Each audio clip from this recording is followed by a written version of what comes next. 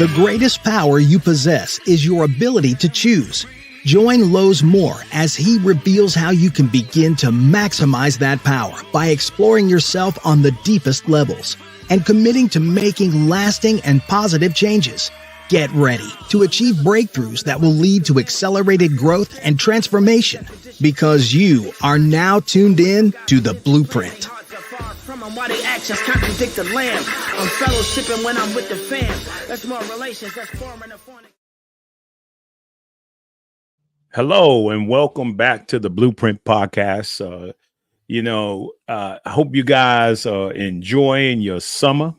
I don't know about you guys, but last week, I know you guys remember the show from last week where we celebrated my wife's 60th birthday and our 40th wedding anniversary. And then after that, we had the big birthday surprise and for my wife. And then on Sunday, we celebrated her uncle's 90th birthday. We jumped on a plane right after that and went to Charlotte, North Carolina, and spent the week between Charlotte, North Carolina and South Carolina. We were down in Columbia, South Carolina. We had a great time. My wife got an opportunity to see some of I'll say patriarchs. Yeah, all of that, all above. Great aunts. Her aunts were amazing. It was great to see them. It was great to see a family down there. It was great to see some friends, man. I see some friends that I hadn't spoke to or talked to in some years. Man, it's just been a great week. It was so overwhelmingly great that when we had a flight out yesterday, it was supposed to leave at 6:00, 6:10. My wife said the matriarchs of the family, right? We were supposed to leave out at 6:10. Of course, we got delayed. And then they shifted us over to another, from Delta. We went over from Delta over to American Airlines. We thought they said, hey, they needed somebody to go over. We were trying to get back to New York. We went over there and we thought they just need a few people just to get on the plane. We got there and they hadn't even boarded yet. I mean, you talk about stressed out when we got over there. We went from first class to the middle rows, and not even together. I'm in 16, she's in 23. And then they canceled it. We end up going back to Delta, and this story is getting crazy, right? You go back to Delta just to check, because we had my wife's cousin come to pick her up, pick us up. And we just decided, hey, let's stop by Delta. Again, they put us back on the flight that we were supposed to go on originally in first class. We run down there. We run down there to the plane. We get there. They say this plane's not taking off. So it was just just getting back home was just crazy. And we end up having to have a cousin come and get us anyway, spend the night. We got out this morning at 6:35, and got home at 8:00. I mean, it was a whirlwind, but it was wonderful. I mean, it was a wonderful week. Man, I was excited to spend time with my wife, number one, with family, number two. It was just amazing, man. I hope that, because it's something about summer, because it's about the weather, right? And let me say this about flying, right? Hopefully this is not the new normal, right? Hopefully it's not the new normal, but I can say this to you, flying there was nice and smooth. And if we had to be delayed, and then we finally get to our destination, it would have been worth it, right? Coming back home, because of what we have experienced all week long together and with family, it was worth it. It was worth the staying overnight. It was worth the delays. I didn't get stressed out about it. You know, hey, number one, I was with my best friend, and that's all that mattered. I was with my wife, so that was cool. You know, we were going through the stress together, and we got home. So we thank God for that, you know. But also 40th, you know, wedding anniversary was just awesome. It was the right decision, the right choice. And I hope now, let me say this to you, because sometimes we wait for summer. We wait for summer to really enjoy ourselves, to really enjoy life. We plan our vacations and different things like that. But I say this, right?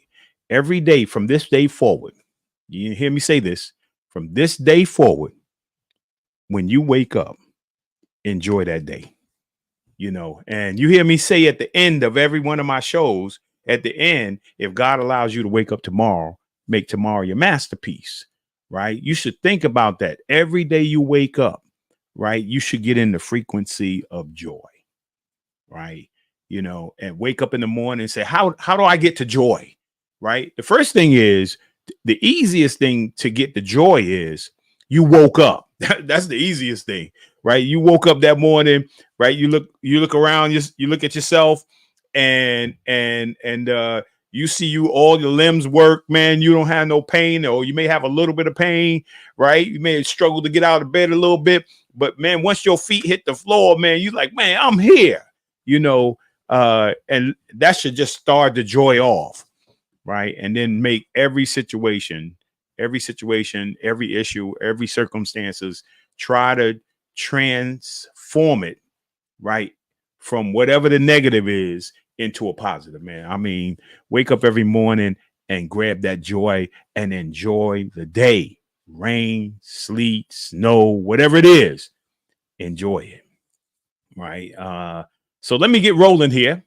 Let me get rolling, and let's start off with the book of the week.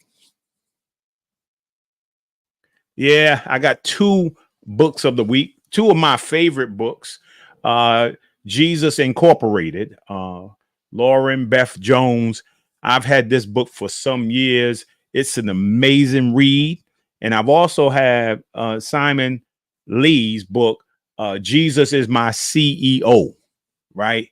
And for all those, you know, who think whatever career, whatever assignment you have, whatever job you have, right? You think, right, if you thinking about that job or working that job and or running your business, right, and don't include Jesus, right, in it, right?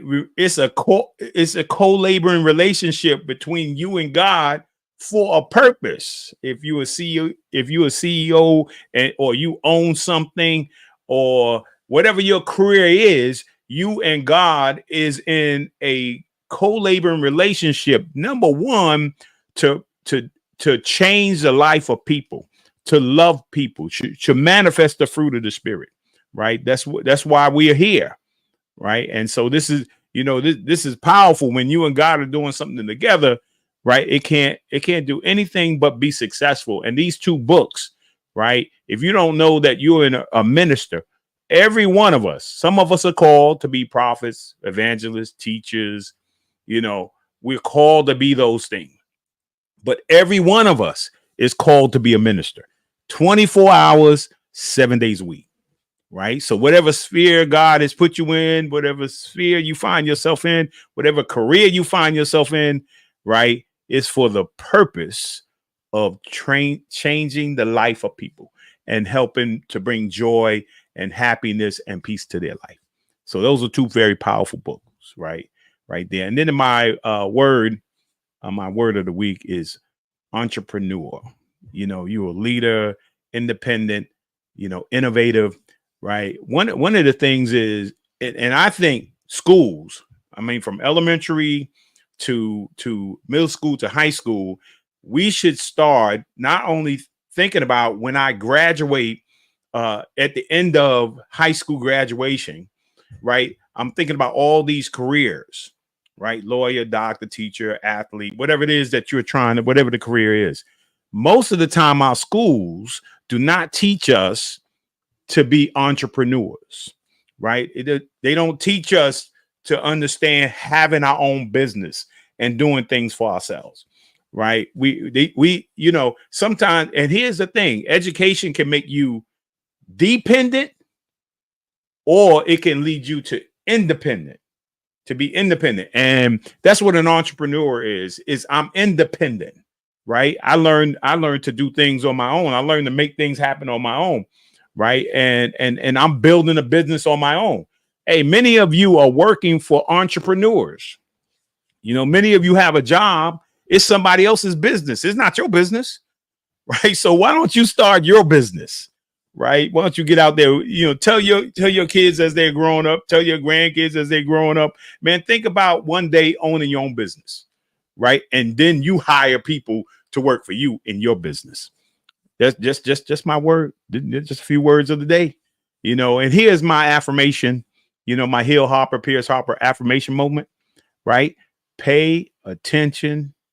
There is opportunity in every new day by Bob Proctor. Every new day presents an opportunity, right? The problem is we're not looking for it. Opportunities are all around us, but we wake up not looking for anything, not looking for the opportunity. But that's my affirmation. That's my quote for this week. And then here's my oh, I threw this in here. Just to help you guys, you know, 7 habits for success. I love them. 7 habits for success. Read every day. Make your health a priority. Learn from people you admire. Plan your day the night before. Keep your goals in front of you. Take action even when it's scary.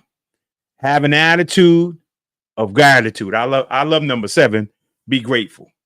Be thankful. Right. I love those. And my guest and I, we're going to talk about those a little bit later here. And then here's my music and my movie, right? Arise by William McDowell. I Won't Go Back. Right. I don't know if you got that yet. If you got that album, you know, Arise. Get that album. I was checking it out the other day. And then my movie of the week, Steph Curry has a new movie out on Apple TV called Underrated. Great documentary about his life and his life and story. I love it. I'm probably going to watch it 2 or 3 more times, you know, because there's something in it when you look at yourself or people tell you you're not good enough, right? That you're never going to be this, you're never going to do that. And look at that, because a lot of people looked at Steph, right? Looked at his height, looked at his little baby face, and right. And then can you imagine one of the greatest players of all time, right? You know, they didn't even consider him to try to give him a scholarship. He ended up going to Davidson. They gave him a scholarship, and look at Steph Curry now. So check that out. And then here's my person of the week. Right, my person, Shamar Moore. Right, I've been watching SWAT. Well, not, you know, I've been going through the whole series, the whole seasons. I think I'm now in season 3, man. I love it. I love his acting, right? I love what he stands for. And you know, that's my person of the week. Let's see if I have any shout out. I think I got to continue, and we continue with celebrating the Blueprint shout out for Hip Hop at 50. Right. We all know hip hop. Right. And we celebrate it. We celebrate all those who became the creator of it. And, you know, we continue to celebrate this 50th year of hip hop. Let's see if we have anything else. If we don't, man, let's jump into this highlight here, and then I'll introduce my guest for this evening. Taking one cash offer for your home doesn't have to be your only option. I'm Barbara Corcoran, and especially in today's current market, having a local real estate agent who offers great marketing and options customized to fit your needs is smart. In Columbia, the agent I trust is Charles Manley. Charles can give you an instant offer guaranteed to sell your home and access to his fix and list program. Get the option that's right for you. Go to manleyhometeam.com. Yeah, welcome to the Blueprint, Charles Manley. Yes, sir. What's up, Charles? You know what's weird? I was sitting with you the other day. That's what's weird, right?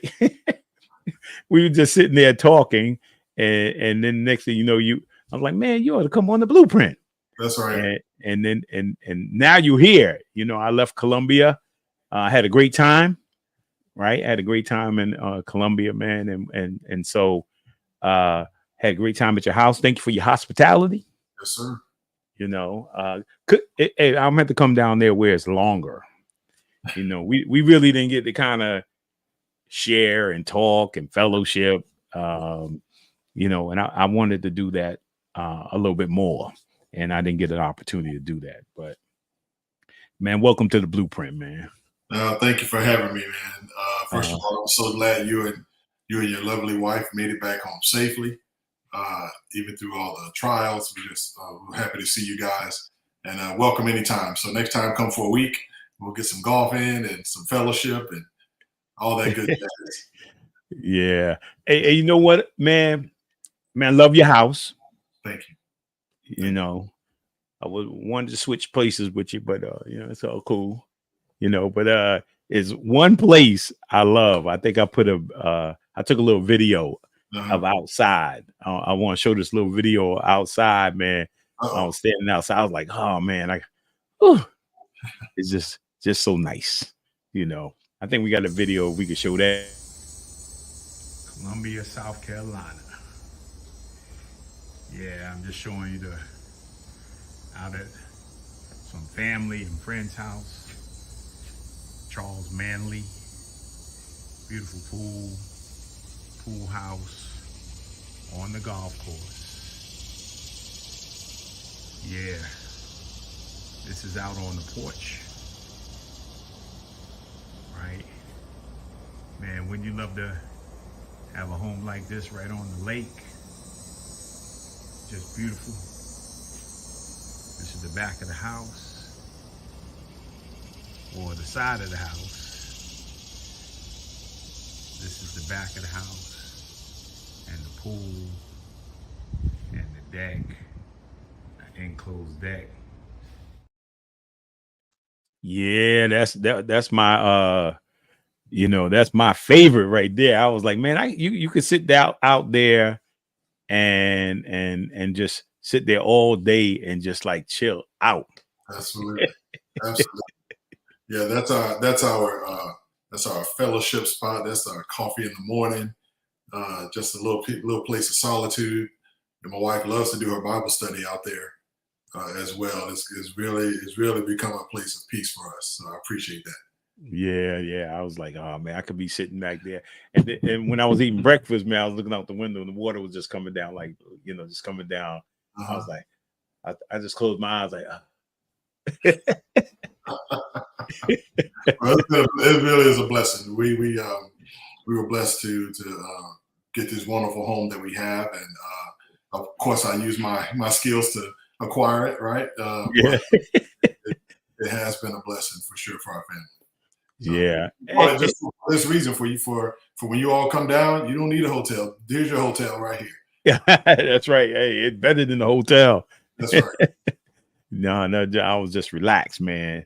You know, the whole week was just amazing, man. Just, you know, spending time with my wife. I don't know, because, you know, my wife's family is particularly her mother and, you know, grandmother and all them aunts, you know, educators in Charlotte, North Carolina, man. And just for her to come down and for me to come down, I don't think we've done a lot of staying in downtown Charlotte, you know. And, you know, I was thinking, like, you know, I was thinking about Charlotte, And I was like, yeah, man, if I'm on the outskirts, and I was thinking, we always thinking about like have a second home, you know, particularly in the South, and or somewhere retire there, right? And my brothers are in, and even now my sister, she just had 3 cars. She's moving to Fayetteville, North Carolina,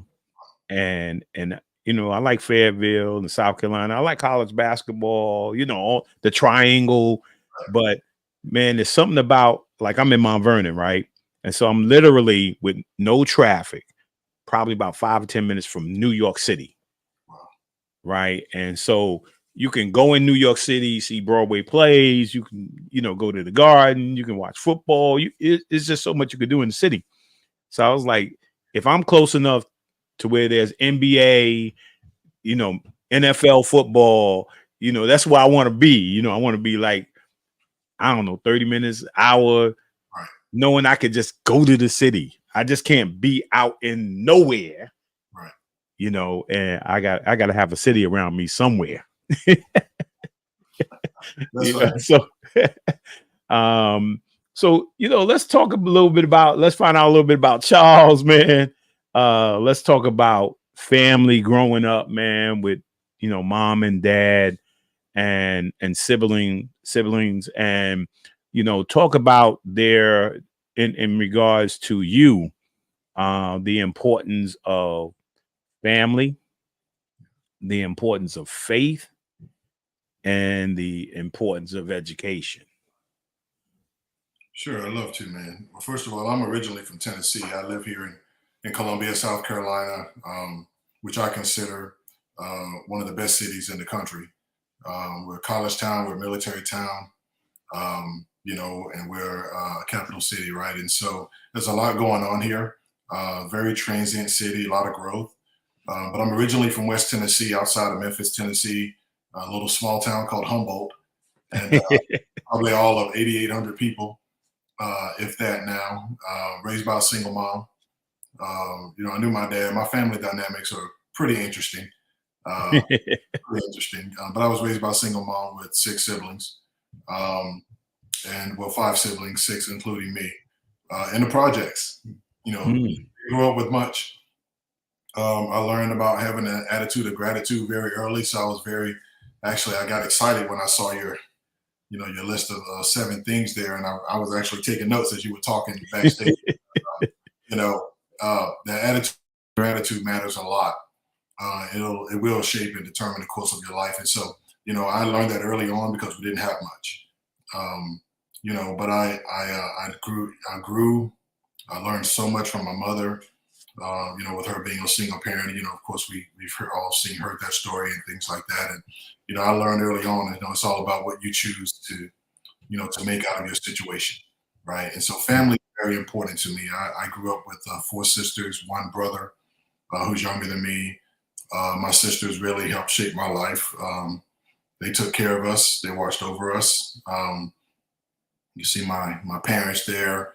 My mother was a powerful woman. She was only about 5'3", but 5'3", probably 150 pounds soaking wet. But she was a powerhouse, especially in the spirit realm. She was a powerhouse, and so she kept us covered. And so, you know, she made me into who I am right now. You know, family matters so much to me. You know, there's no coincidence. I come from a family of 6, and I have 6 children myself. So I always wanted a big family. Yeah, that's interesting because my mom had 4, and we end up having 4. Right.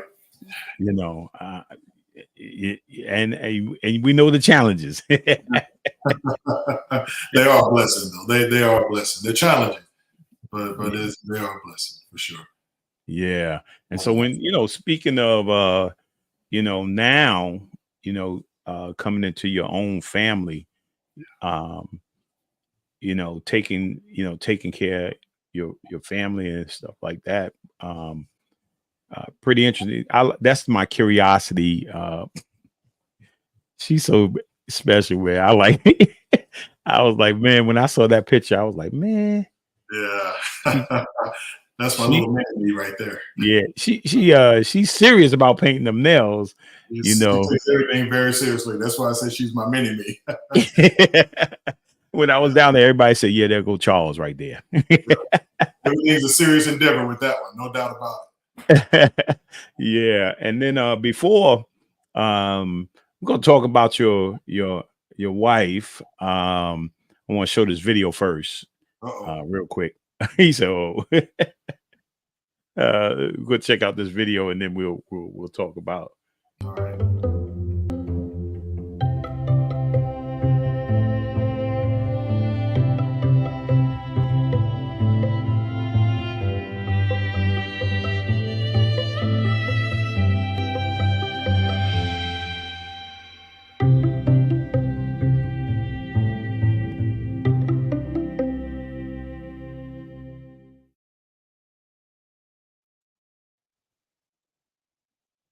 Awesome. Now before you talk about your wife, I want to show you a couple of things, because that's my wife's god sister, right? And so we want to show you a few pictures here. I mean, see what you think about this.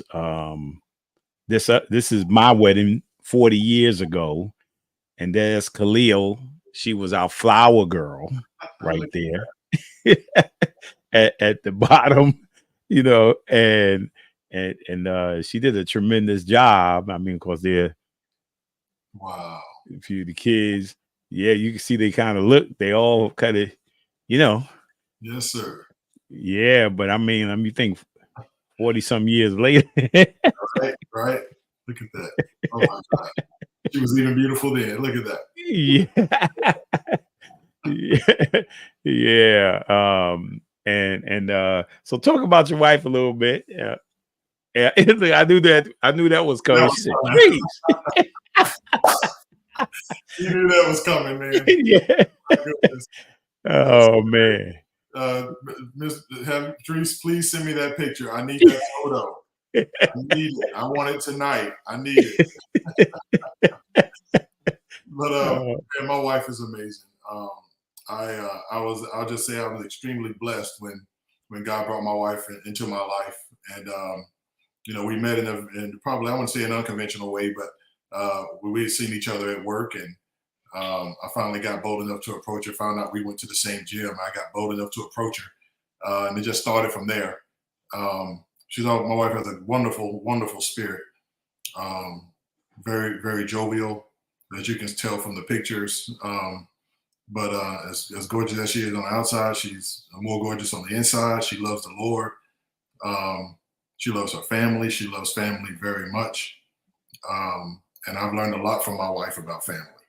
Coming from a single parent home and her having both parents, we had different experiences growing up, and so I learned a lot from her about family, and it's helped me as a man, as a husband, as a father. And she's my best friend. I don't tell her that a lot. I don't want to get the big head, but she is my best friend. And I wouldn't be where I am without her. That's for sure. Yeah, awesome, man. Oh man, and yeah, because family's powerful, man. Family's important, man. And then you go from like I'm from a single parent home, right? And my wife had both mom and dad. Two different experiences, but yet, I could say in terms of earlier part, my dad was there. And when I was about, maybe 10 or 11, and my mom and dad, did a little split there. But yet my mom sustained the family. She kept us connected with everybody, including my dad's side of the family. I mean, my aunt, I think, is my father's sister, is about to turn 81. Wow. Right. And my mom visits her just like it was her sisters. Yeah. Anything that happens with my Aunt Penny, my mom was like, we there, and I think that you know, instead of saying, you know, brother-in-law, sister-in-law, this, that, once you marry, man, everybody's cousins, nieces, nephews, uncles, That's right. aunts, right? I mean, there's no other name in it. You know, they just are. You know, they're just family. You know, Yes. and that's why with the show, I'm like, man, I believe that God. You know, that's one of the first things, faith, right? Family, That's right. and how we survive and how we grow is all about that. And you know, I'd love to hear a little bit more about family, man. And in terms of how, you know, building family, because we had I think we had a conversation about, you know, what you're doing, you know, even in what you're doing now with your team, you know, around family. So talk about you know, you talked a little bit about family, but talk about extended family. Yeah, absolutely. You know, I take just like you, I take family very seriously. I just I think about every time I look at my children and my wife. You know, I just always continually think about how blessed I am to have the opportunity for God gave me the opportunity to lead them and guide them and protect them and to watch them grow. Right, it's a wonderful experience, man. Um, you know, and I try to treat everyone around me like family. My real estate team, you know, they're family to me. You know, our folks at church, they're family to us. They're not just church members. They're not just people we go to church with. They're family. Some of them out in my pool right now, right? Don't even need Hey, an invitation, you know. man, I didn't even get in the pool, man. What was up with that? Man, I don't know. You know? Next time, Somebody, a couple more days. yeah, my wife brought like 3 bathing suits. I had 2. You know, I was like, man, we didn't get in the pool, man. We was having such a good time. You Yeah. know, we forgot all about to get in the water. Next time. Next time. Next time. They live in the pool. So yeah, they just, you know, they just come. They barely even need an invitation. Just come on. And you know, that's how we love, that's how we treat people. You know, that's our lifestyle. Family is our lifestyle, you know, and as a man of God, you know, as a father, as a husband, you know, I just, you know, some people crushed under the weight of responsibility, but you know, for us as men of God, as husbands and fathers, man, we just step up to the plate. I find joy in that. There's joy in being a husband and being a father, and of course, there's challenges, right? We all experience that, but you know, the joy of that responsibility is just unfathomable, you know. And I'm just excited about it every day. Mm. And so, you know, my real estate clients, you know, they become family. You know, we have a client event that we call it, but it's a barbecue. We call it Family Day. You know, it's Manley Family Day. That's what we call it. And you know, people come out and we just enjoy. We just enjoy each other. Yeah, that's awesome. Yeah, And you know, along with family and faith, right? I want you to get a little bit more into faith. Talk about what that means to you when it comes to faith. Family is important because God, you know, honors us who honors family, and so talk about the importance of faith. absolutely, man. You know, Because I want to say, because you was teaching when I got down there on Wednesday. You was already scheduled to do Bible study, right? So so talk about faith, man. yeah, absolutely. You know, I've grown so much in the past few years. You know, I wasn't in Christ when me and my wife met. Thankfully, we didn't start dating when we first met. You know, probably started dating, I think, 3 years after that. Actually, believe it or not. You know, I was married before. I had 3 children. You know, not in Christ. Just did things totally the wrong way. So when I talk about being a man of faith, being a man of God, and doing things the right way and leading your family, I know what it's like to be on the other end of that spectrum. Mm. I know what it's like to be a bad husband, to be a bad father, to not be a man of God. I know what that other end is like. I like this much better. Yeah. I like this much better when I know that I can be relied upon and trusted by my wife and my children and my church family, my pastor and my elders and brother deacons. You know, we're, their family as well, but my faith walk is the most important thing I have. Without that, I don't have any of this. Mm-hmm. Great video of our home and our pool and pool house and lake, and I wouldn't have any of those things if it wasn't for Christ. I wouldn't have my wife if it wasn't for for the love of Christ. So my faith is everything to me, and I trust it. I trust it. I mean, in the hard times, I lean on it. In the good times, I lean on it, and I have faith that God's going to do what He say every time. Yeah, I got a question for you. Looking back of the past experience, because I know that you've done your best in regards right now.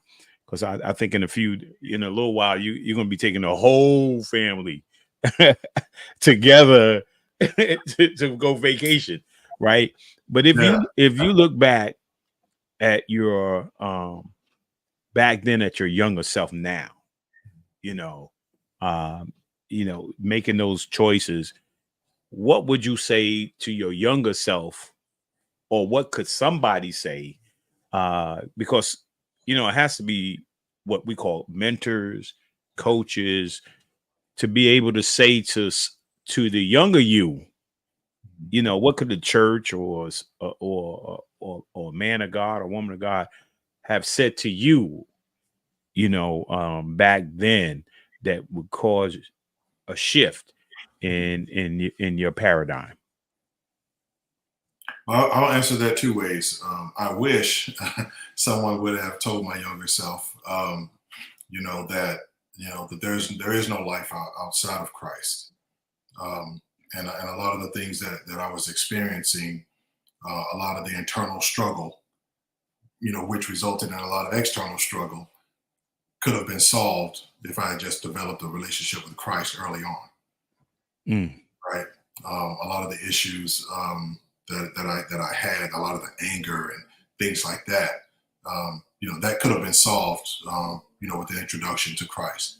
And I don't know if you expect to hear this or not, but I was a Muslim. I was a practicing Muslim for 15 years. Most of my time in the military and after I got out, and I had a paradigm shift. My mother, as I mentioned before, was a praying woman, and we'd have a lot of in-depth conversations. And so literally where I am now, both as a man and spiritually, is really a result of those prayers and those conversations about getting back, back in line, if you will. Mm-hmm. Yeah. So Yeah. Someone could have told my younger self, my younger self was I was full of gusto. I was very arrogant and thought I knew everything. That's, I think a lot of us can attest to that in our 20s, right? Mm-hmm. We think we know. Yeah. Right. Yeah.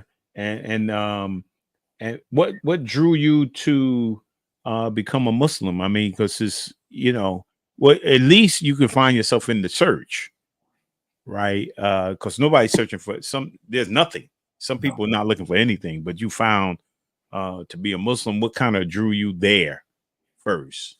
What was it about being a Muslim that you were drawn to?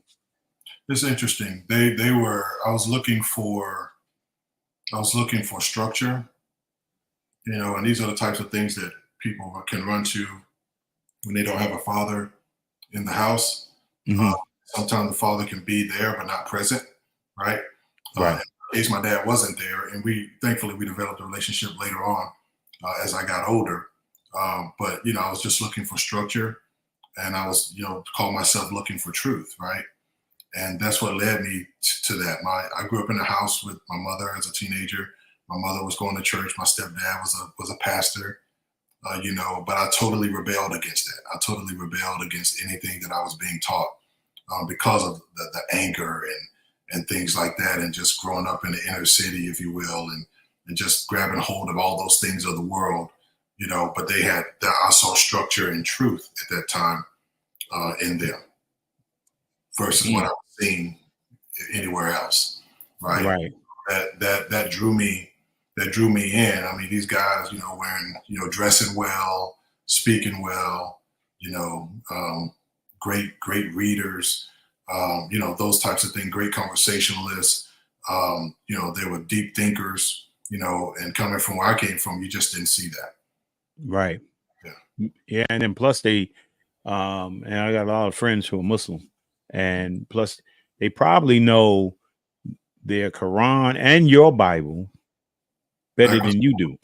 I mean, so they can break that thing down for you as well. You can break your own Bible down. You be talking stuff and they be like, okay, well, the Bible says this, So yeah, it is challenging. And so when you think about that, right? And being in the church now and knowing that you know, that brothers, young men like yourself then, right, need men like you now to be able to develop those relationships and speak to them and then be knowledgeable about what you're talking about. Because and then the other part of it is, whether you be a Muslim or whether you be Christian, right, it's more than the talk. I That's right. mean, you got to live it, after you finish talking about it. So talk a little bit about what challenges you have trying to mentor and help young people today.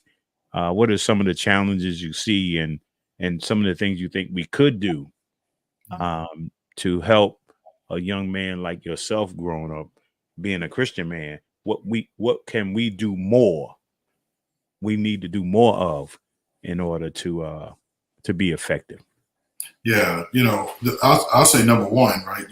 They have to see some fruit in your life from what you're talking about. It's not do as I say or do as I teach, right? It's really tell, show, do, right? And that's how we're going to reach them. We can talk to them, we can show them, but they got to see us doing it. They have to see us living this out. And as a young man, I didn't see that. I saw someone say one thing and then do the other, right? Something totally different. And so they have to see young people today, especially today, they have to see consistency. I like that. They have to see consistency. They have to see you doing the things that you talk about. They have to see you living it out. You got to walk the talk, in other words, right? And that's what's going to draw them, right? That's what's going to draw them. Man, how can I have what you have? How did you get to where you are, right? And a lot of times I don't even have to start the conversation. A lot of times I don't even have to start the conversation. They come up to me and say, how did you get here? How did you do this? Right? And of course, I'm going right into my relationship with Christ. And then we could talk about all the other things that he's added to my life on top of that. But it starts with that foundation. Yeah, that's that. Well, first of all, that's a good foundation. Foundation. Right? Yeah. That's a very good foundation, man. Thank you for that. And then the talk a little bit about education. You're coming out of high school and from the education, and then into how you got into your career. How did you get where you are now? Yeah. I had an interesting journey, man. I thought I was going to be a basketball player coming out of high school, and I was okay. I was a pretty good player, and so I think I had some partial scholarship offers. This was early '90s, right? But I chose the military, which I very much needed. Very much needed to join the military. So you found that structure you was looking for. And, at least I was wise enough. My family and friends used to say I was just an old soul. I needed structure, man. I knew what I needed early on. And I never knew how God was going to really shape the course of my life. But I joined the military. I was a dental hygienist in the military. Okay. I always wanted to be, and I thought I would go to dental school actually. And own a practice and practice dentistry, for my career. Ended up doing dental hygiene for 22 years, as a matter of fact. And in between there, I really developed a love of real estate and learning, and really wanted to learn that business. I read the old adage, and I think a lot of us have heard it before, right? Most millionaires are created by way of real estate, right? Mhm. Coming from where I come from, you talk about being a millionaire, that's going to get my attention. And so I said, well, most of them are getting this way through real estate. Let's give this a shot. And that's when I started my journey about learning real estate. It still took some time. I didn't get my real estate license until 2013. Okay. And I was still actually working a full-time job as a dental hygienist. And I was selling about 20 homes a year while I was treating patients until about 5 o'clock. And then from about 5 to 9, I was out showing homes, in my scrubs. I was out just getting it, you know. Mm. So if anybody's listening, that's having dual careers or having second thoughts about another career or wanting to start their own business, I gotta say that, the people that support you and God, most importantly, are going to want to see how bad you want it. Mm. I wanted it so bad that I was willing to treat it like a full-time job, even though I had a full-time job. And Wow. and then it just took off from there. It took off from there. I started doing so well. I had to leave my job. I had to leave that career behind. Mm. Yeah. Yeah. Yeah. Yeah, man. And it seemed like because I don't know. It seems like I was saying to somebody the other day, man, that you got to find something you love. Mhm. Something you're passionate about. Sure. And until it's no longer work. Yeah. That's right. You of course it's work. Mhm. You got to work hard at it, but it's something you love to do. That's right. I love it so much. It's hard for me to turn it off sometimes. I'll probably work all day if I could, if I physically could, and didn't have family and things like that. I'd probably be working more than I should. That's how much I love it. And it's become a wonderful vehicle, not just for my family, but for a lot of the people that we serve, our community. Real estate's a big deal. And it Mhm. covers so much ground in our everyday lives. Most people don't really think about it. But without it, you know, we wouldn't have any roofs over our head, right? That's correct. Right. Yeah, and so I started off with the little video Mhm. and speak about I guess the one young lady who did the kind of the promo Mhm. who's on, I think, Shark Tank, right? Barbara Corcoran, yeah. Yeah, talk a little bit about her and that whole how that came about yeah, talk a little bit about that because she big time, man. She's big time. And God makes room for you, right? He will open doors. It's not cliche. He will open doors for you. He will have your name mentioned in rooms that you're not even in yet. Mm, Um, that was exactly how I came to meet Barbara Corcoran, how I got to shoot commercials, how I received her endorsement. So it's not just a commercial. She's actually endorsing my business. And I had a real estate coach. When I went full time in real estate in 2018, I told my wife, I said, "Well, if I'm gonna do this, I got to do it right." I went to a conference and it was about coaching. It was a real estate conference and it was put on by a real estate coach. And I said, if I'm going to do this right, I'm going to go full time. I got to get a coach. mm, You know, I was an athlete. I had a coach. When I joined the military, even though they call them drill sergeants, they're coaches. you know, right. they're teaching me, and I had to get a coach. And my real estate coach at the time got introduced to Barbara and started shooting her commercials in the Virginia D.C. market. And after about a year of that, I was bold enough to say, "Hey, how'd you make that connection? And are you seeing any fruit from it?" And she just raved about it. And she said, "You know what? I gotta get you in there. I gotta make that introduction." And then 90 days later, her production people called me and said, "Hey, we want to have a chat with you. Are you free next week?" And Mm, that's how it came about, But it's really just, and I will say that she endorses, a top agent in each market, typically in every large city, And so I was doing my part. Not only was I in the right place, but I was doing the work as well. Mm. Yeah, I mean, you got to be doing. You definitely got to be doing the work. Nobody's going to endorse unproductive works, Right. right? And so if you're doing the work, man, I mean, God will open the door for you. We just assume that God's just going to just say, abracadabra, there you go, man.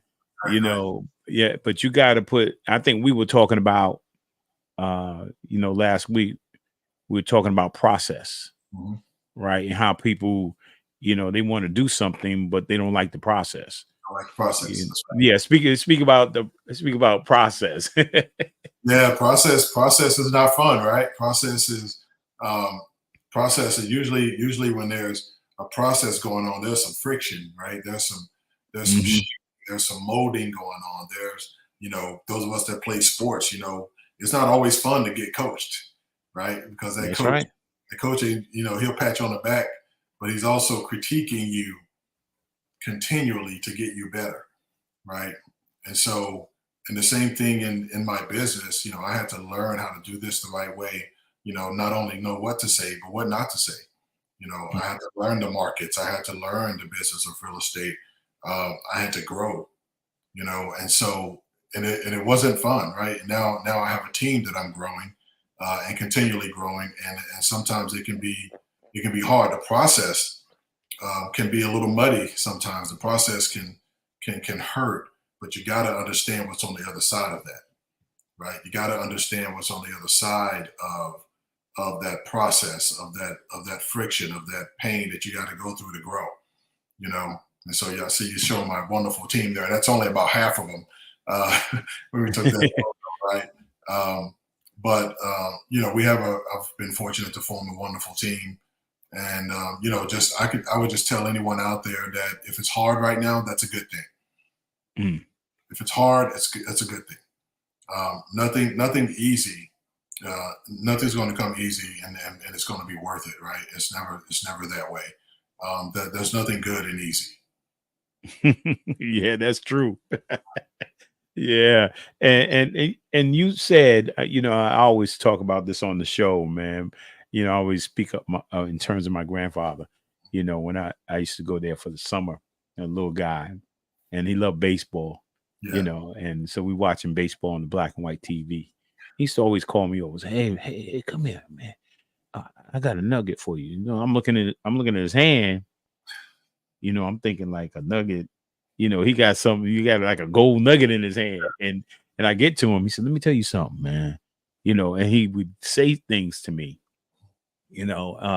Today we said that Damian Lillard and Kevin Love, they doing dropping dimes, Uh-huh. right? So you drop the dime there because I think it's important what you said about coaching, right? And we both can attest, coming up in single parent situations, when you have your mom. I mean, we love our mom. Our mom love us, Absolutely. and she's trying to discipline us too, but you're a young man who needs a man, right? Right. You need a coach, Right.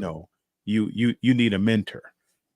You need somebody to guide you and tell you what you need to do. And you were just talking about, man, I needed a coach, right? I need to know how to do this thing right.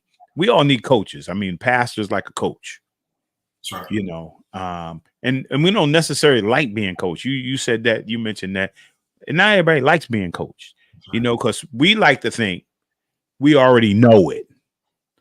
We already got it together. I can do this by myself. I don't need you, Right.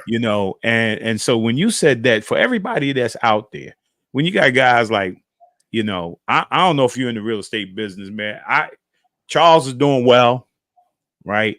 I will be trying to figure out how Charles, where Charles is at, how I get his number, how I call him. If I'm in real estate, right, I need a coach, right? I'm, just the way it is, And so for me, all my success was in my ability to be coachable. Yeah. When you think about it, man, I was the guy who was the sponge. My coach would say something, I'm 10, 11 years old. I'm like, what would you say? you know, and all the way through, you have to learn to be coached. That's right. Right. Because you can't do it. You can't do it by yourself. Right. So he just dropped the nugget. Right. Find you a coach. Right. And so, you know, I said this the other day, and I'll go back to you, Charles, when I spoke at the basketball camp in Mount Vernon.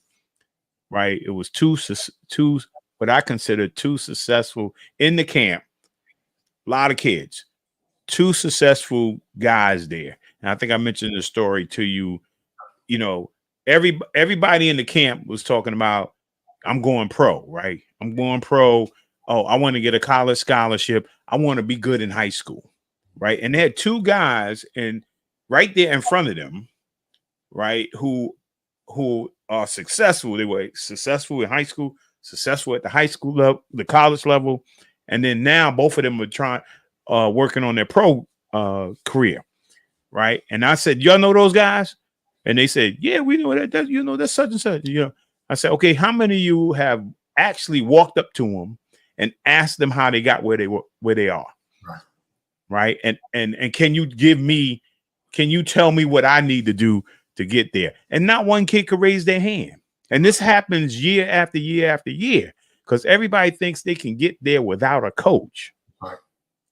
Right. Now I play in the NBA. Nobody asked me any questions. You know, I'm not just standing there. He played in the NBA. Okay. Right. You know, so yeah, I mean, you dropped a nugget there. I hope you dropped the dime. I hope everybody was listening. Right. We all need coaches. That's right. And it doesn't really matter what aspect that may be. Right. They may not wear the hat of a coach. But, you know, if they're there to be a mentor or a guide, that's a coach. You know, if you want to climb Mount Everest, you need somebody to go with you who's climbed Mount Everest before. You're not going by yourself. I know that much. Right. So you want to go to the top, you find someone who's been to the top already, you know. And so that served me well. Yeah. And so talk about the business. Talk about I better answer Teresa's question first before we both answer. Yeah. She asked, where do you see your family, and company in 5 years? What is my vision? You know, in 5 years, myself, first of all, I'll be 55. So that's where I see myself still by God's grace, right? You know, my family, I see my family, you know, just closer together, you know, having 6 children. You know, my kids are in great schools. My girls will be in school by then. You know, my wife, I just see our relationship getting better and stronger.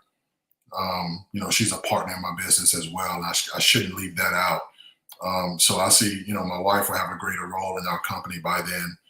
And, you know, the goal is to have multiple teams and brokerages in 5 years in different cities and hopefully different states. Just doing real estate the right way, you know, and there are multiple companies and other folks who really do real estate at a high level in the right way. And we want to join that company, you know, and so we want to own multiple companies and multiple teams around South Carolina, North Carolina, and other states. So talk about, again, the right way. Yeah, the right way. There's a right way of doing this. Right. Yeah. Hey, let me just get you in this house. It's great. You know, it's going to be good when you get in there, man. Everything is working. You know, so talk about the right way. Yeah. I coach my team to think about the people first, always.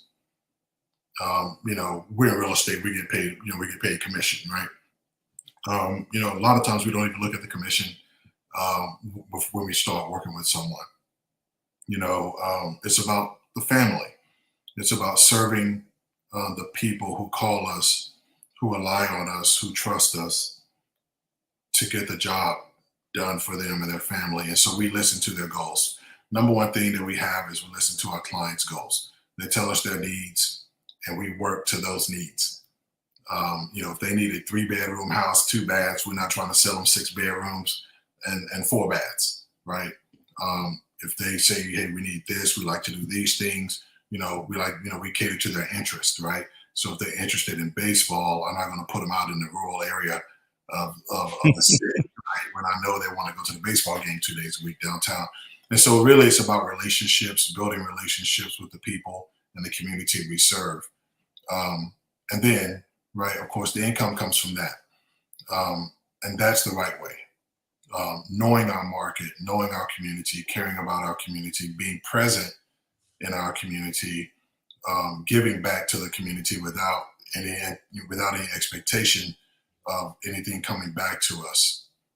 That is the right way. And God blesses that. He really does. He's really blessed that. He's blessed that vision of ours, and it's continuing to grow. We're attracting people now rather than having to go and recruit. We actually attract to our business, and that's a healthy state for any business. That's a very healthy place to be.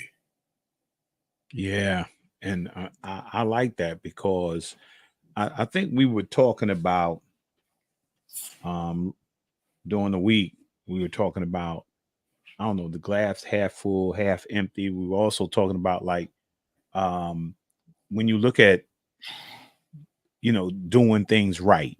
A lot of the world, is just like, hey, let me get my bottom line. My bottom line, whether I'm not worrying about the customer, because back in the day, the customer was always first, customer was always right, yeah, right. And then now it's like, look, hey, hey, we need to get this sale, we need to get our bottom line.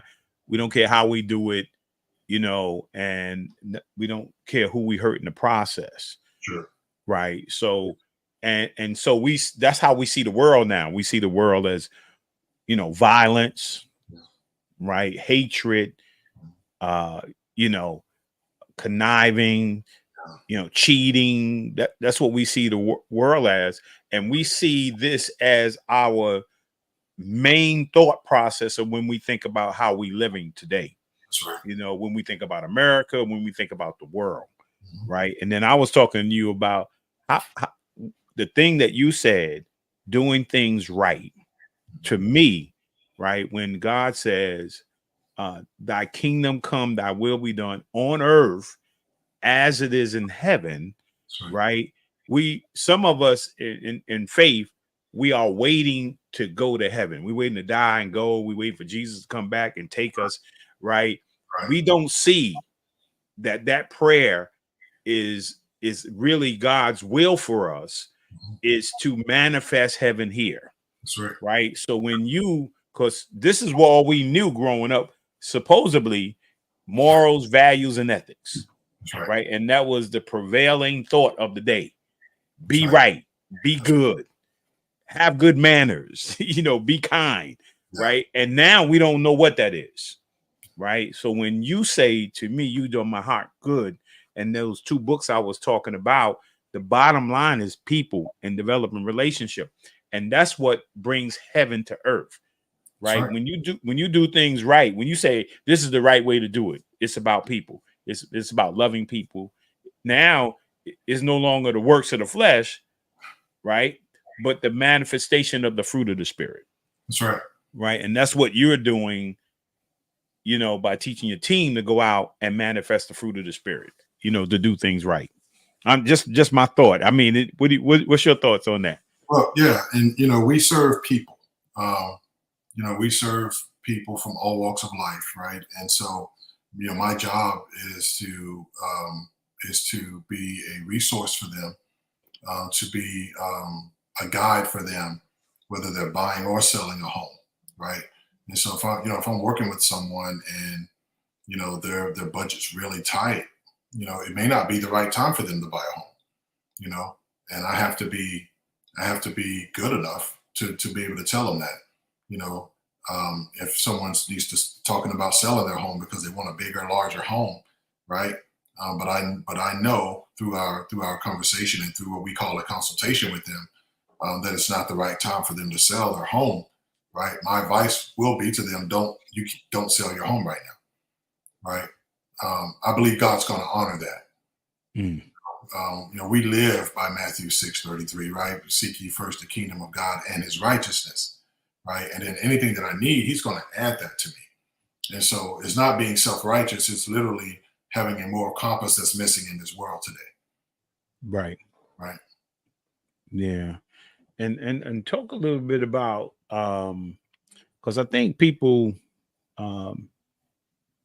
get it wrong when Charles does his job, right, and calls for impact in the life of people, that Charles shouldn't get paid, or Charles, the goal of being a millionaire or multimillionaire, right, doing it right, means that you have to end up poor. I mean, talk about that a little, because that's the way people think, right? Yeah. And that, hey, that you shouldn't be in a nice house and Mm-hmm. drive a nice car, that you should be poor down the road somewhere. That just ain't right to be wealthy. That's so. Talk a little bit about that mindset, how we change that mindset. Well, first of all, I'd say that mindset is totally opposite to the Word of God. First of all, and he says that the Holy Spirit gives us power to get wealth, right? And so our Father owns all the silver and gold, right? If your Father owned all the silver and gold, right, that means you're an heir to that, right? And so we're heirs to all the silver and gold anyway, right? The Bible says that the wealth of the wicked is stored up for the righteous, right? And so, that mindset, I call it a poverty mindset.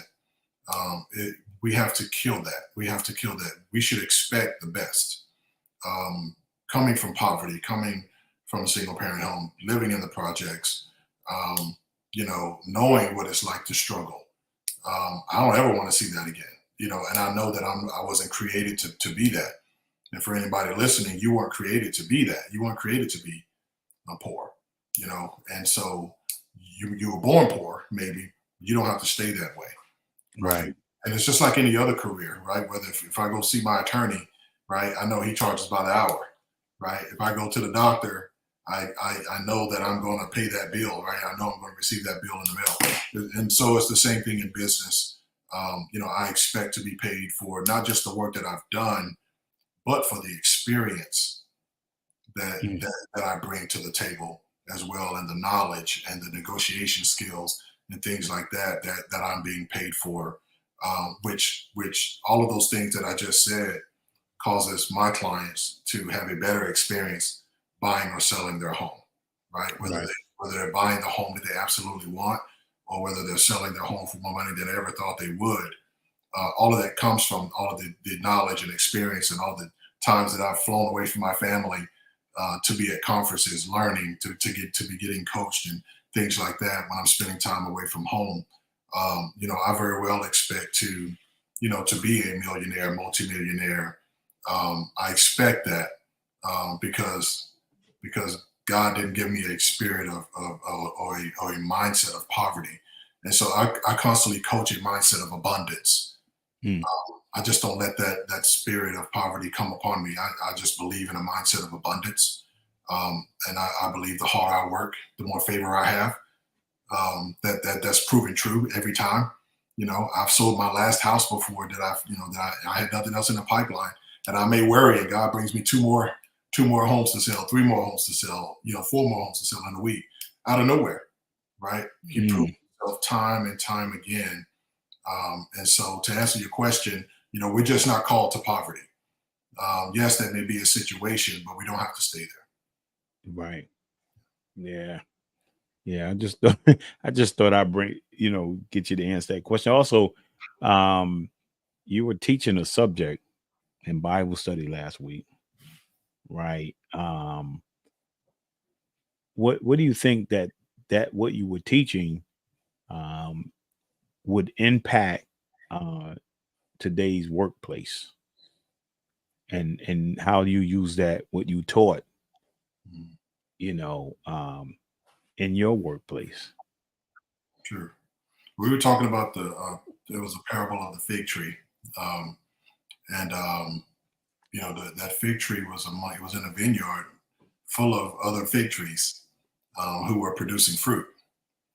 This fig tree was in the same environment, planted in the same soil, but it only had leaves. So it wasn't dead, right? And if you think about some of your workplaces, you have coworkers who may look like who may be at their desk. They showed up for work that day, but they're not giving their best for the company, right? And you may think about that, and some may say, "Well, that's none of my business," right? But if we all work for the same owner, and what we do impacts the bottom line, which is how we take care of our families. It's a big issue when someone is just showing up and not producing fruit. And it's the same way at work. It's the same way in business. We have to produce the fruit. God expects us to be productive, right? That's why He uses parables. He doesn't want us to just grow leaves and fake it, right? You've heard that term, "Fake it till you make it." Yeah. There couldn't be a worse term to use. Don't fake it at all. It's okay to go through the process. It's okay to need to grow. And so don't just be a living fig tree with no fruit. Bear fruit for the vineyard owner, if you will. God wants to see fruit in our lives. And again, the harder I work, the more favor I receive. Yeah.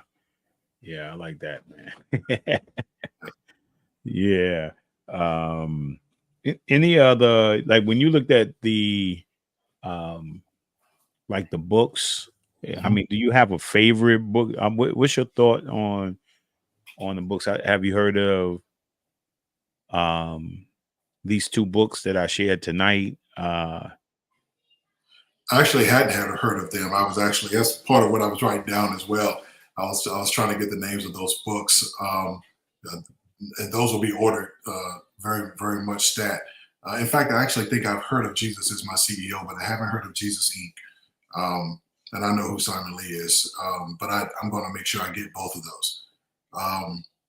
My favorite book, and I don't know if it's just because I've only been, I always say this, but I've only been saved 10 years now. And so, my favorite book, absolute favorite book, is the Bible, of course. As far as business is concerned, because I'm in real estate, because I believe in entrepreneurship, Rich Dad Poor Dad is a tremendous book for me. It's one of my favorite books. And The Richest Man in Babylon is probably my 1B. The Richest Man in Babylon taught me about people, it taught me about money. It taught me how to take care of what God has given me and put into my possession. So those two books were really powerful for me, setting me on my journey of real estate and being an entrepreneur and owning properties and things like that. Yeah. I mean, what advice would you, if somebody was going into, you said a lot tonight, but if there's somebody out there looking to go into real estate, what would be your, because there's a lot of stuff on real estate. There's a lot of commercials, out there, buy the house, sell it, there's a lot of stuff out there. So what would be your thoughts if somebody wanted to get into this career of real estate? First of all, I'd say do your research. Reach out to someone that's local in your market, that's doing well, that is doing well. I've heard that they're doing well. And Google's very helpful with that. You can read their reviews and tell if someone's doing well in this business. But reach out and ask for advice, ask for a meeting. It happens to me quite frequently here in South Carolina, and especially in Columbia here. I get calls all the time, at least a couple times a month.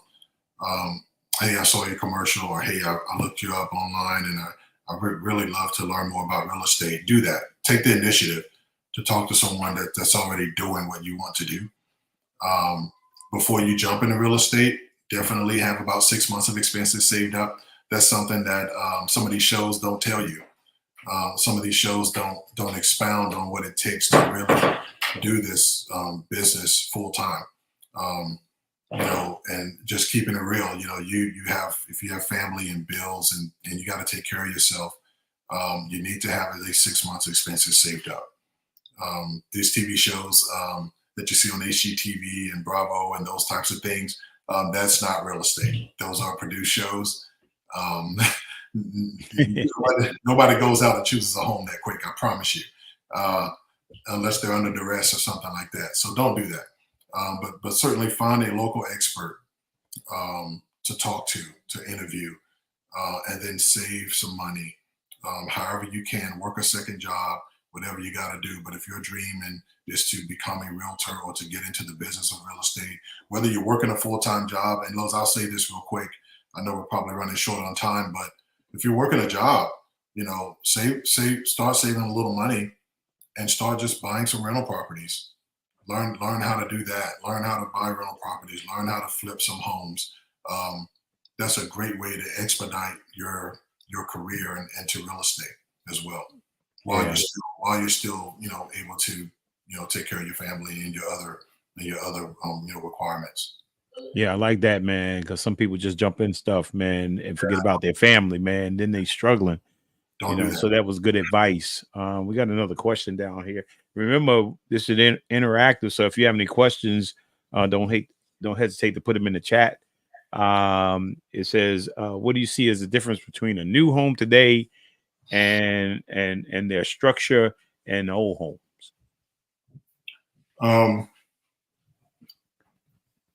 First of all, I'll say that I'll be honest. I'm not a fan of older homes. I'm just not. I like the new construction.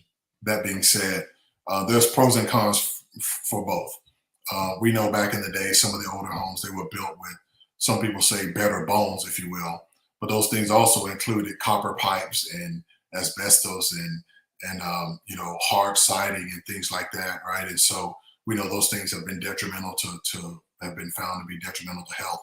You have copper pipes, right?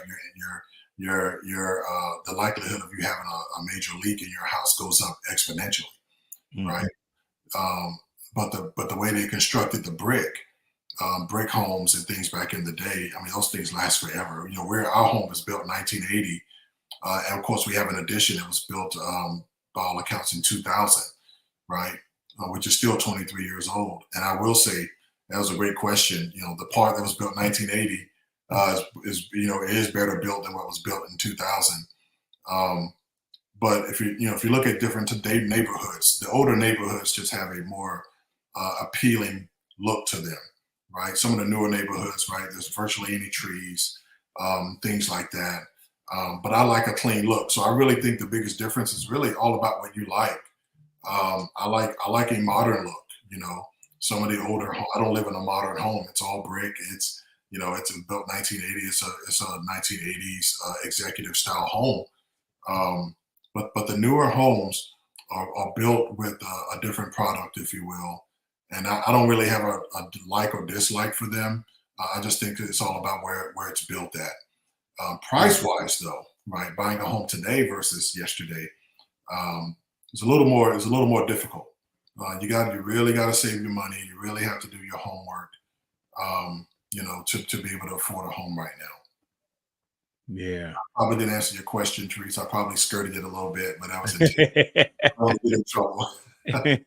and one of the things we were talking about, that I really appreciate the conversation, was around something that you're trying to, in the process of developing now, which is a network of faith-based entrepreneurs. Yes. Talk a little bit about that vision and your thought process about it. Yeah, absolutely. We constantly, we see it all the time. We've seen it over the years where people in business are only out for themselves. And so I think that having other men and women, and so my goal is to build a Christian business persons network of entrepreneurs, of business owners, of business people who can collectively, meet, talk about our challenges of business. Because even though we're believers, we still have the same challenges in business, just like anyone else. but how do we handle those as believers, right? How do we take care of our community as business people and believers? Instead of being takers from the community, we want to give back. And so I'm wanting to build my vision is to build a network of entrepreneurs, men and women who love God, but not just profess it, but live it, who are active members of their church, of a local body, of a local assembly, that run their business the right way, so that we can have a kingdom impact, but also impact the world. Mm. Yeah, I like that. And when you brought it up, Yeah. I know that's important. I don't think anybody can be successful like you're building the Manley home team, right? I don't think you can be successful today on your own. You can't be an island, and particularly among African Americans who are trying to do entrepreneurship, Mhm. right? You can't do it alone, Okay. and so being able to have other people you could talk to is a powerful thing, man. It's a You powerful know, thing. yeah. Somebody, it's very likely that somebody has gone through what you've gone through before, right? Hmm. And it's a blessing to be able to pick up the phone or go knock on the door or show up to someone's office that's not only in business like you, but also is a believer, who can come into agreement with you with whatever it is that challenge may be. Right? You can't do this alone. Even when I was a solo realtor, I still had an assistant in the background or someone helping me, with my paperwork and things like that when I got really busy. You simply can't be successful alone. Yeah. It just doesn't work that way, right? Yeah. Even Christ had to recruit disciples. That's true. Who am I to think I can do this alone? Right? Yeah. Yeah. And I remember, going, I think I mentioned to you, uh, when I was an executive director, my first start as an executive director. I've never been an executive director before. Um, so, I didn't really know. Of course, even if you had the education for it, I mean, if education without experience is kind of dangerous, That's right. So you give me a position and I don't have any experience at it. I'm an executive director. So my first thing is to call, see who's doing well in other boys and girls club and give the executive director a call, That's right. right? And asked you know, if he would meet with him, if I can come meet with him and he can come down and meet with me. And I met with him, and I think for my first 6 months, almost to a year, a gentleman by the name of Jim Swab, executive director of the Kips Bay Boys and Girls Club in the Bronx, met with me every Monday for a couple of hours, almost 6 to 7 months, almost a year, Yeah. talking about every aspect of the breakdown of boys and girls clubs, and I thought that was powerful. And then I was thinking about, like, hey, what if the executive directors got together? I mean, it didn't pan out because, again, some people are just arrogant. They want to be an island. Right. First of all, they may be, they may have the resources to be the island, so they look beneath those who are, who need the help.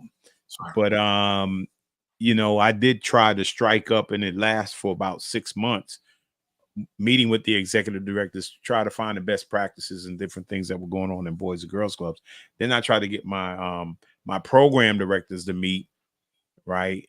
And my game room director, my gym director, and then we put together a collaboration of different programs and projects that were successful. So what you're saying is we need today more than anything, and don't look at it as, because sometimes we won't get in because we think we're in competition.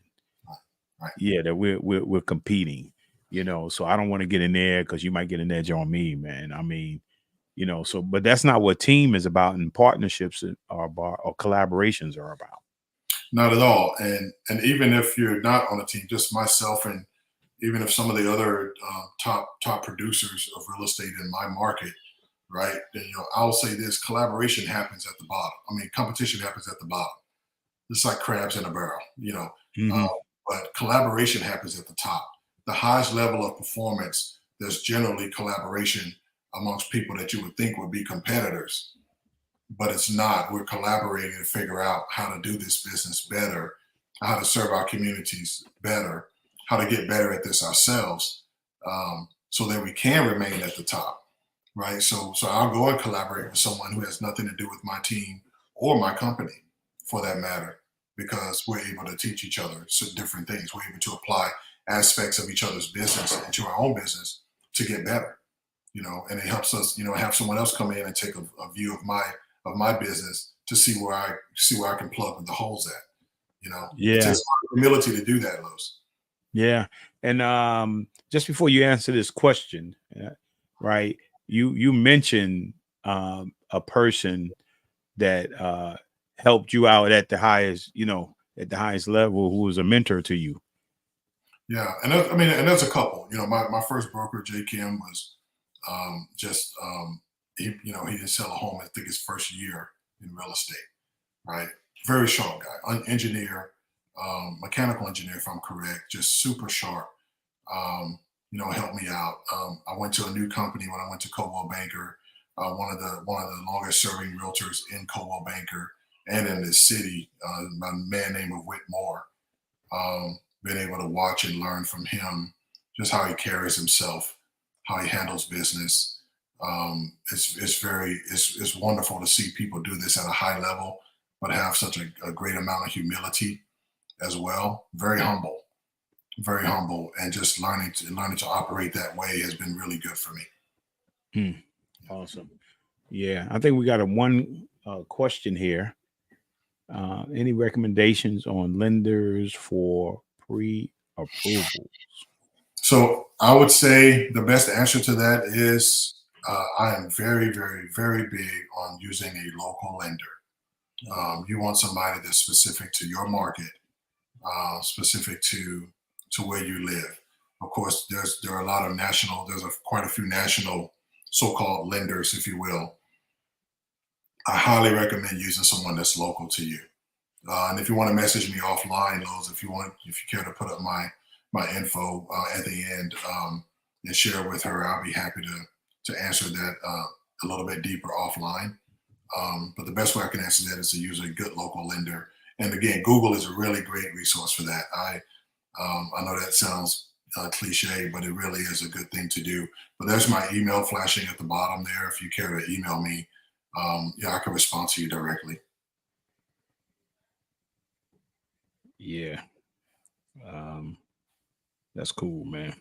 Yeah. And I'll say this, I do have, by being a former real estate coach myself and by being blessed to be able to do this at the highest levels, I have connections in every state in this country for, if you need, whether you're in New York or New Jersey or California or Hawaii or Alaska, I have a real estate professional that I can have you talk to that'll be able to help you with whatever your needs are.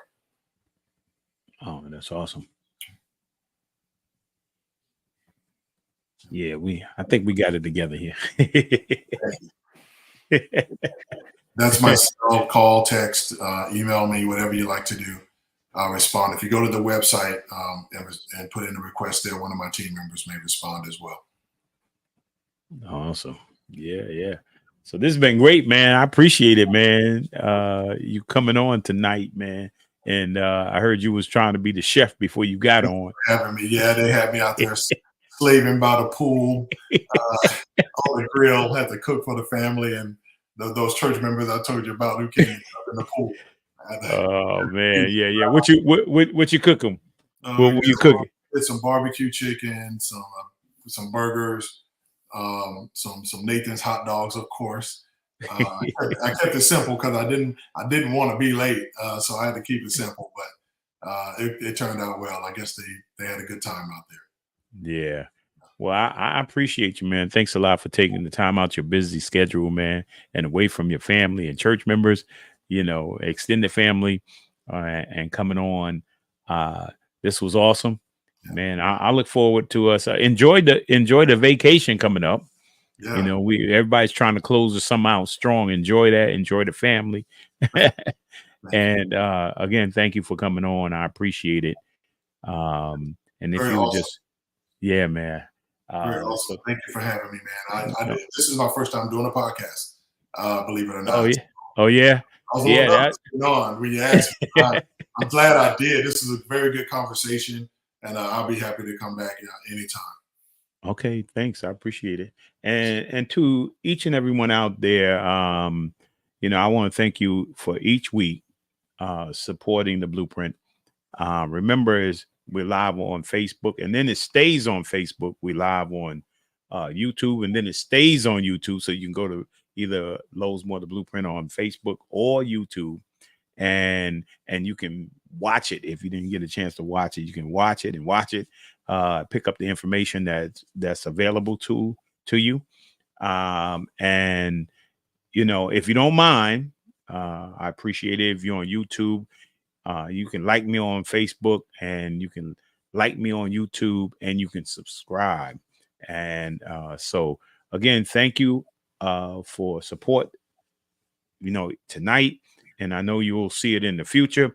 That's why I always say I didn't get a chance to drop my pebble in the pond. There's my pebble, my little basketball. I dropped my pebble in the pond because I'm expecting the ripple effect of this show, right? So I dropped my pebble in the pond.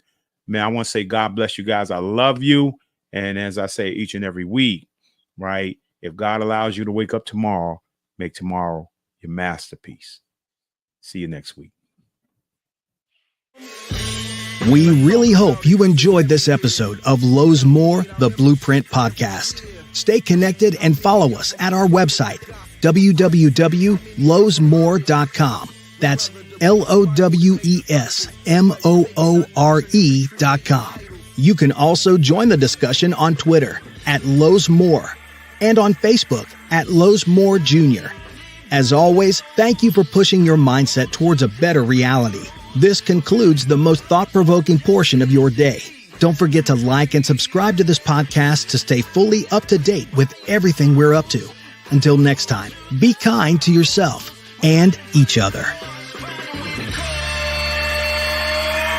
What they teaching is a joke. I ain't buying it like I'm broke. Insufficient funds for insignificant tongue.